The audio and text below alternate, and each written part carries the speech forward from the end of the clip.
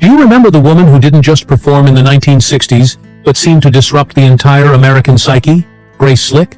More than the iconic voice of Jefferson Airplane, she became a symbol of defiance at a time when conformity was expected. She wrote White Rabbit in under an hour, yet its impact rippled across a generation. Hypnotic, unsettling, impossible to ignore. She went on national television and openly mocked authority, challenged the system without hesitation, and never felt the need to explain herself. And while so many rock legends spiraled into chaos or burned out too soon, Grace made a different choice. At the height of her fame, she simply stepped away. No farewell tour, no final bow, just silence. So, who was she, really? A star? A provocateur? Or someone who ignited a cultural fire and then quietly walked away before it consumed her? Grace Slick was born on October 30th, 1939, in Chicago, into a world shaped by discipline and expectation. Her mother, June Wing, knew the stage and the allure of being seen. Her father, Ivan Wing, lived by structure, rules, and precision. Between those two forces, Grace learned early how to exist in contradiction, never fully belonging to either side. Her upbringing was polished and proper. She spoke well, behaved as expected, and fit the image of a refined young woman. But beneath that surface, something restless was forming. A quiet resistance, a sense that the life laid out before her was too narrow. Those who knew her then often noticed it, that look in her eyes. Not loud, not dramatic, but unmistakable. As if she had already begun questioning everything. She followed the rules, but never believed in them. And when the moment came, she didn't hesitate. No drawn-out goodbyes, no second thoughts. She walked away and never looked back. To her, staying felt like the real danger. Leaving was freedom. Modeling became her first escape route. It offered attention, money, and a taste of independence, but it came with its own invisible boundaries. Expectations about beauty, movement, expression. By day, she wore elegance like a uniform, perfect posture, flawless presentation, every detail controlled. The cameras flashed, capturing an image that seemed complete, but something underneath remained unresolved. When the sun went down, that polished version of Grace vanished. The elegant dresses came off, the makeup disappeared, and in their place was someone entirely different, drawn into the streets, into late-night conversations, into the restless energy of a hippie movement just beginning to rise. It was as if two lives were unfolding inside one person. This wasn't contradiction for its own sake. It was a quiet search for escape. What she was facing went deeper than fashion versus freedom. It was a fight to define who she really was. Grace began to question everything. Where authority truly came from, whether tradition deserved obedience, and why women were expected to be soft, silent, and agreeable. She no longer wanted to smooth things over with a smile. But she hadn't yet found her voice either. By 1964, that tension could no longer be ignored. On the surface, her life looked settled. Steady modeling work, the creative pulse of the city, and a seemingly harmonious marriage to Jerry Slick, a young filmmaker with ambition and vision. They built things together, shared ideas, lived side by side. Grace even wrote music for his short films, contributing quietly, often without recognition. And yet, something inside her was getting louder. She began to realize this wasn't where her story was meant to end. She didn't want to remain behind the scenes, shaping someone else's dream. She wanted to be heard, to step out of the background, and into something that was fully her own. Then came a night in the summer of 1965. In San Francisco, a moment that would quietly change everything. Grace walked into a small club called The Matrix. On stage, Jefferson Airplane. The room was dim, the sound thick, the atmosphere electric. It wasn't just music, it felt like something alive, something awakening. In that instant, she didn't just see a band, she saw possibility. She understood, almost instinctively, that music was the language she had been searching for all along. Not modeling, not film. Music could carry everything she couldn't yet say. Anger, doubt, questions, without answers. She left that club with a decision already made, and she didn't wait for permission. Grace pushed Jerry to start a band. She didn't want a script, she wanted a stage. Jerry took the drums, his brother Darby picked up the guitar, and together they formed the Great Society. Even the name carried a sharp edge, a direct nod, almost a provocation. aimed at President Lyndon Johnson's political vision. On October 15th, they stepped onto the stage at the Coffee Gallery in North Beach. No major promotion, no expectations. But something happened that night. The audience didn't just listen. They leaned in. Grace stood there, unlike anyone else. Her voice wasn't soft, wasn't conventional. It carried weight, defiance, a strange pull that drew people somewhere deeper. And then, in the middle of that raw, unpredictable energy, something extraordinary happened. In a haze of sound and shifting emotion, Grace sat down and wrote, "White Rabbit." No drafts, no second guessing, less than an hour. But it wasn't just a song. It was a statement. Blending the surreal world of Alice in Wonderland with the haunting influence of Miles Davis's sketches of Spain, she created something hypnotic, a surreal march that felt both dreamlike and unsettling. White Rabbit didn't stay small for long. It became a signal, an anthem for a generation beginning to question everything it had been told. The Great Society wasn't polished, it wasn't safe, and that was exactly the point. They weren't there to please, they were there to disrupt, to make people feel, to make them think. And Grace, once taught to stay quiet and composed, had finally found her way to speak fully, unapologetically, and without ever looking back. By the end of 1966, attention was building around the Great Society. But elsewhere, Jefferson Airplane was facing a problem. They were rising fast, but suddenly missing something crucial. Their female lead vocalist had stepped away, leaving behind more than just an empty spot. They didn't just need a replacement, they needed a force. Whispers began to move through San Francisco's music scene about a woman impossible to ignore. Eyes sharp, voice electric, presence undeniable. People said she didn't wait for approval. She simply took the space. When Grace Slick walked into her audition for Jefferson Airplane, it didn't take long. One song was enough. Management saw it instantly. She didn't fit their mold. She shattered it. And that was exactly why they offered her the role on the spot. Grace didn't hesitate. She said yes. Just like that. In that moment, the Great Society lost its center, but Jefferson Airplane gained something far more powerful.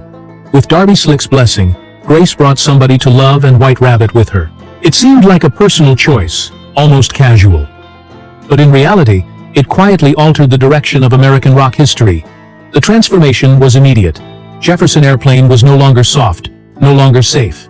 The folk rock edges dissolved into something louder, sharper, psychedelic, volatile, alive. And at the center of it all stood Grace. She didn't perform the way people expected. She didn't stand still. She didn't offer polite smiles or comforting gestures. Knee-high boots, androgynous style, a gaze that challenged anyone watching. Her voice didn't fill the room gently. It cut through it. Grace didn't ask to be noticed. She made it impossible not to. In 1967, Surrealistic Pillow arrived, and it wasn't just an album. It felt like a declaration. Somebody to Love stopped being a simple love song and turned into something sharper, a confrontation with loneliness, desire, and the contradictions buried inside American life. And then, there was White Rabbit. It went even further. A surreal, almost hypnotic piece, weaving Alice in Wonderland imagery into something darker, something tied to altered states, to questions of perception, to awakening. These weren't songs designed for easy listening. But radio stations couldn't ignore them. Almost overnight, Jefferson Airplane exploded from a local act into a national force. And Grace Slick, in a matter of months, became something more than a lead singer. She became a symbol. In a rock scene still overwhelmingly controlled by men, Grace didn't wait to be invited in. She stepped forward and claimed her place. Jefferson Airplane wasn't just making music anymore, they were channeling something larger. A movement. And Grace wasn't following it, she was driving it. The years that followed felt like constant upheaval. The Vietnam War intensified. Protests filled the streets. Assassinations sent shockwaves across the country. Trust in institutions began to crack.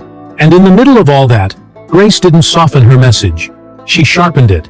Her music wasn't meant to comfort, it was meant to provoke, to awaken, to confront. And she carried that same energy beyond the stage. At one point, she appeared on national television, with a Navy symbol painted across her face, openly mocking the US military, in front of millions. No subtlety, no filter, no apologies. Grace Slick didn't just challenge the system, she became a problem it couldn't control. To television networks and authority figures, she was unpredictable, even dangerous. To a generation searching for something real, she was proof that freedom didn't need permission. But living at that intensity came with consequences. Alcohol, drugs, love, and relentless pressure began to collide. Jefferson Airplane wasn't simply a band, it was a volatile mix of connection and conflict. Bonds formed quickly, then broke just as fast. Her marriage unraveled, and while the stage burned bright with energy, behind it all was a growing weight she carried in silence. She kept going, still leading, still pushing forward, still raising her voice above the noise. But slowly, that same fire began turning inward, consuming as much as it created. As the 1970s arrived, the world of rock began to shift. Jefferson Airplane evolved into Jefferson Starship, and with that change came a new direction. The sound became more refined, more accessible, more aligned with a broader audience. Grace remained part of it, but something felt different. The raw edge that once defined everything was fading, and she noticed. When rebellion itself started being packaged and sold, Grace recognized a hard truth. The space she once thrived in no longer belonged to her. By the 1980s, she wasn't fighting to stay relevant. She had already achieved something rare. She had endured, survived, and seen the other side of a life that consumed so many. Then, in 1988, at the age of 49, she made a decision that felt almost unthinkable for a rock icon. She stepped away, quietly. No farewell tour, no emotional goodbye, just a clean break. "I am too old to wear sparkly outfits." It sounded light, almost humorous, but underneath, it carried a deeper meaning. It was her way of acknowledging that the industry often demanded something artificial, something frozen in time, and she refused to become that. Instead, she turned to painting, moving from sound to color, from stage lights to solitude. "I've said everything I needed to say," she explained. "Now it's color's turn." It wasn't an ending, it was a transformation. And in a culture that celebrates holding on to fame at any cost, choosing to walk away might have been her boldest act. When Grace officially closed the chapter with Jefferson Airplane, it didn't come with applause or spectacle. It came with clarity. In 1998, during VH1's Behind the Music, she spoke with the same direct honesty that had always defined her. She didn't romanticize the past. She didn't cling to nostalgia. Instead, she said something few artists are willing to admit. Rock belongs to youth, to urgency, to emotion that feels immediate and unfiltered. And when that feeling is gone, continuing to perform becomes something else entirely. Years later, she reinforced that belief. Jazz, blues, classical, those genres can grow with a person over time. But rock, like rap, belongs to those still searching for release, still needing to shout. For Grace, performing songs that no longer matched her inner world would have been dishonest. Still, she never fully disappeared. There were moments when she returned, briefly stepping back into the spotlight. In 1995, she appeared at the House of Blues in Los Angeles, a rare performance captured in deep space Virgin Sky. And in 2001, in the aftermath of September 11th, she delivered a moment that left audiences stunned. She walked on stage completely covered in a black burqa, then removed it to reveal an American flag cloak with two bold words written across it. "Fuck fear." It was confrontational, symbolic, impossible to ignore, and unmistakably her. The spirit of rebellion hadn't faded. It had simply changed its form. Away from music, Grace returned to something quieter: painting. What began as a personal refuge slowly became a new creative path. She painted faces from her past, artists like Janis Joplin and Jerry Garcia, capturing not just their likeness, but the intensity of an era they all shared. By the early 2000s, her work was being exhibited in galleries across the United States. It was a different kind of stage, one without noise, without performance, but no less expressive. Her life, however, was not without further challenges.